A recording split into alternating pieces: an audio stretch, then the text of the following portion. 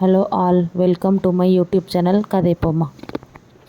அழகே அழகு சீரியலில் நெக்ஸ்ட் எபிசோடில் என்ன நடக்க போகுதுன்னு தெரிஞ்சுக்கணுமா? அப்போ என் சேனலை சப்ஸ்கிரைப் பண்ணி இந்த வீடியோ பிடிச்சவங்க ஒரு லைக் போடுங்க.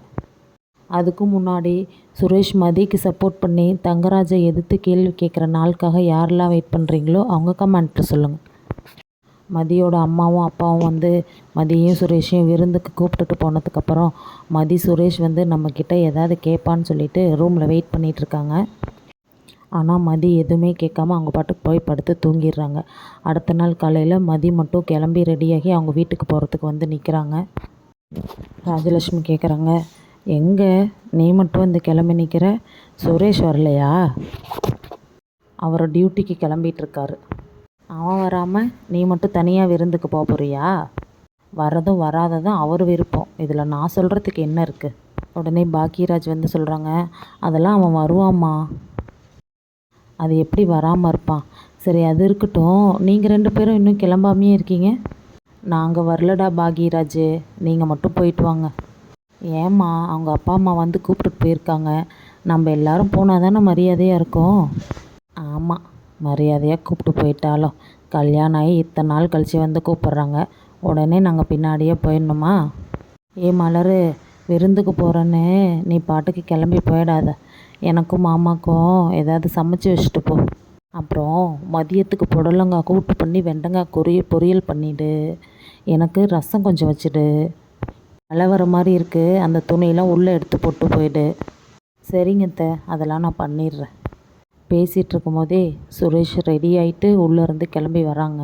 பாக்கியராஜ் கேட்குறாங்க, டேய் சுரேஷ், எங்கடா கிளம்பிகிட்ருக்க? நான் டியூட்டி கிளம்பிகிட்ருக்கேண்ணே. ஏன், என்னாச்சு? டேய், என்னடா சுரேஷ் இப்படி கேட்குற? நேற்று தானே உங்கள் மாமனார் மாமியார் எல்லாம் வந்து விருந்துக்கு கூப்பிட்டுட்டு போயிருக்காங்க. நீ அதுக்கு கிளம்பாமல் டியூட்டிக்கு போகிறோன்னு யூனிஃபார்ம் வந்து மாட்டிட்டு நிற்கிற. அவங்க அப்பா அம்மா கூப்பிட்டா அவள் போயிட்டு வரட்டும், நான் எதுக்கு போகணும்? ஏய், அப்படிலாம் பேசாதடா. மொத கல்யாணம் ஆகி விருந்துக்கு கூப்பிட்ருக்காங்க, தனியாக அனுப்புனா நல்லாவா இருக்கும்? கிளம்புடா, நம்ம எல்லோரும் போயிட்டு வந்துடலாம். நான் வரலண்ணே, நீங்கள் போகிறதா இருந்தால் போயிட்டு வாங்க. உடனே மதி சொல்கிறாங்க, அண்ணன் அப்படிலாம் யாரும் ஒன்றும் கஷ்டப்பட்டுட்டு வர தேவையில்ல. ராஜலட்சுமி சொல்கிறாங்க, பார்த்தீங்களாங்க எவ்வளோ திமிராக பேசுகிறான்னு. உடனே மதியோட மாமனார் சொல்கிறாங்க, டேய் சுரேஷ், நீ போகலன்னா நல்லா இருக்காது, போ. இன்றைக்கி ஒரு நாள் லீவ் போட்டு போயிட்டு வந்துடு. இல்லைப்பா, ஒர்க் இருக்குது, என்னால் இன்றைக்கி கண்டிப்பாக போகவே முடியாது. அது மட்டும் இல்லைப்பா, அவள் என்கிட்ட வந்து போகலாமா அப்படின்னு எதுவுமே கேட்கவே இல்லை, எதுவும் சொல்லவே இல்லை. நான் மட்டும் அவள் கிளம்புனோடனே பின்னாடியே போயிடணுமா? மதி சொல்கிறாங்க, அதான் எங்கள் அப்பா அம்மா வந்து 2 பேர்த்தையும் தானே கூப்பிட்டு போனாங்க. அப்புறம் நான் உங்கள்கிட்ட வந்து தனியாக கேட்குறதுக்கு என்ன இருக்குது? பார்த்தீங்களாப்பா, இவரை திமுலா பதில் சொல்கிறான்னு. என்னாலாம் போக முடியாதுப்பா. டேய், நான் சொல்கிறேன்ல, நீ போயிட்டு வாப்போ. இல்லைப்பா, அது வந்து டேய், நான் சொல்கிறேன்ல, நான் சொன்னால் சரியாக தான் இருக்கும், கிளம்பு, போங்க. அப்புறம் ரேவதியும் தங்கராஜ் மாப்பிள்ளையும் வேறு கூப்பிட்ருக்காங்கல்ல, நீ போகலன்னா நல்லா இருக்காதுடா சுரேஷ்.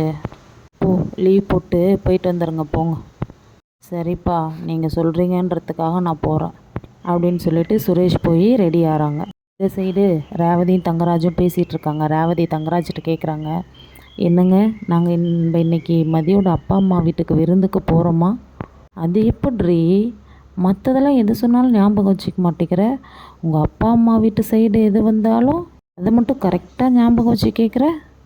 இல்லைங்க, நேற்று நீங்கள் போகணுன்னு சொல்லிகிட்டு இருந்தீங்கல்ல, அதான் மறந்துட்டீங்களோன்னு கேட்டேன். அம்மாவுக்கு என்ன வேணும்னு கேட்டு சமைச்சு வச்சுட்டு சீக்கிரம் ரெடியாக போயிட்டு வந்துடலாம். சரிங்க.